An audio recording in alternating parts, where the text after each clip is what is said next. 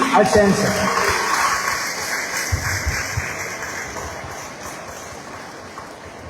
Magandang maulan na araw sa inyo.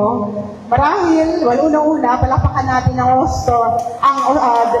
Ospital ng Tondo na nandito ngayon. But then again, alam ko paldo kayo kasi on top of yung bagong ospital na inaayos, alam ko may i-announce si Yorme sa inyo. Pero ayoko i-preempt.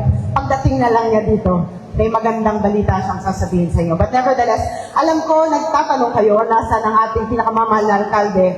Although ngayon kasi, sinusundo niya ang isang award na nandoon sa Amerika kasama ang ibang mga department heads natin. Kaya kahit wala siya dito, palakpakan natin ang ating magaling na alkalde na si Yorme Moreno Dumagoso. Tayo po ang OIC ng ating alkalde simula nung Sabado and for this week.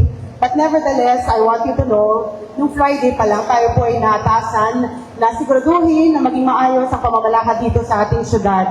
But, well, sad to say, nung Friday, nagkaroon nga ng isang peace rally, although maganda naman ang kinahinalatnan dahil akala ko magiging wala masyadong mangyayari pag alis niya. Ngunit ang pumarap sa akin ay nagkaroon tayo ng peace rally at isang bagyong Inday. Pero dahil sa kagalingan ng mga departamento natin dito, nakita naman natin na natapos ang peace rally sa Liwasang Bonifacio na naging maayos din ito.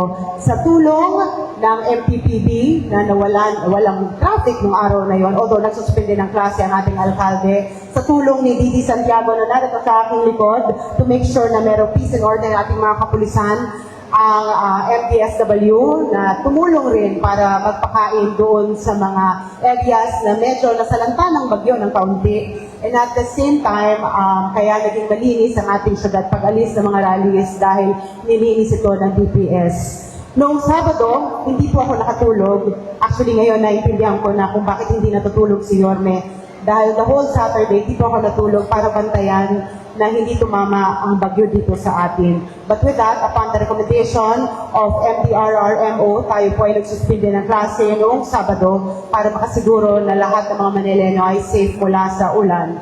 But thankfully, hindi naman tumama ng matindi, o hindi naman tumama talaga, dumaan lang sa atin ang bagyong Inday. Siguro kasi alam niyang wala si Yorme, kaya iniwasan niya ang Maynila. But then again, makakaasa kayo na habang wala siya, habang nandun siya sa Amerika para kunin ang award para sa atin, everything will go seamlessly here in the city of Manila. Because for one, gaya po ng ating alkalde, habang wala po siya, makakaasa kayo, hindi rin po ako matutulog. And on top of all the department heads that are here, alam ko hindi rin sila natutulog. At isama na rin po natin ang sanggunian na narito sa aking kaliwa with the leadership of Majority Floor Leader Monyo Pangco, hindi rin sila matutulog. And para po sa kaalaman ninyo, effective nung tayo po ay naging OIC ng ating alkalde, ang magiging acting vice mayor naman po ngayon ay si Konsehal Attorney J.B. Hizon. And for presiding officer, ang magiging presiding officer natin ay ating pro tempore, Konsehal Tol Sartal. But this will only last for a week. And don't worry, because I'm still working closely with the mayor. And really, dito sa experiensya ko ng ilang araw na maging OIC niya, doon ko nakita ang hirap na iniinda niya araw-araw na habang kayo lahat ay natutulog ng mahimbing sa gabi, siya ay mulat na mulat at nagdadasal na walang mangyaring aberya sa ating syudad.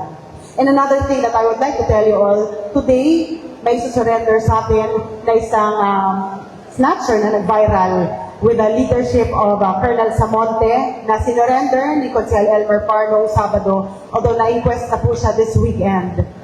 I will not make this long, but I would like to end this off with what the mayor always says. Many are called, but few are chosen. And every Monday na sinasabi niyan, napapaalala sa aking puso ang aking mandato kung bakit narito ako. And I wish the same happens to your hearts. That every Monday, although alam ko maraming tao dito, medyo matagal na dito, punong kahoy na kumbaga.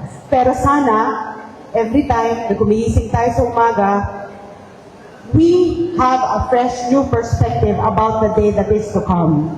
One reality is, life is short. Hindi natin alam kung hanggang kailan tayo dito sa mundo. And given na tayo natasan ng Panginoon ng mandato, na ang ating trabaho ay to be of service to the Manileños, sana ibigay po natin ang buong buo ang ating mga puso. Ibalik po natin ang sense of mission sa bawat trabahong ginagawa natin dito. Dahil laging sinasabi na ating alkalde sa atin, walang maliit, walang malaki. Pero lahat tayo dapat tulong-tulong. Dahil pag tayo nagtulungan, we will all be able to make Manila great again. Maraming salamat sa inyo. May you all have a great and fruitful week ahead. Manila, God first. Kuya Jess, tumawag sa akin si Yomi, tanong kung may girlfriend ka na raw. Wala pa. Wala pa rin. Maraming salamat sa inyo lahat.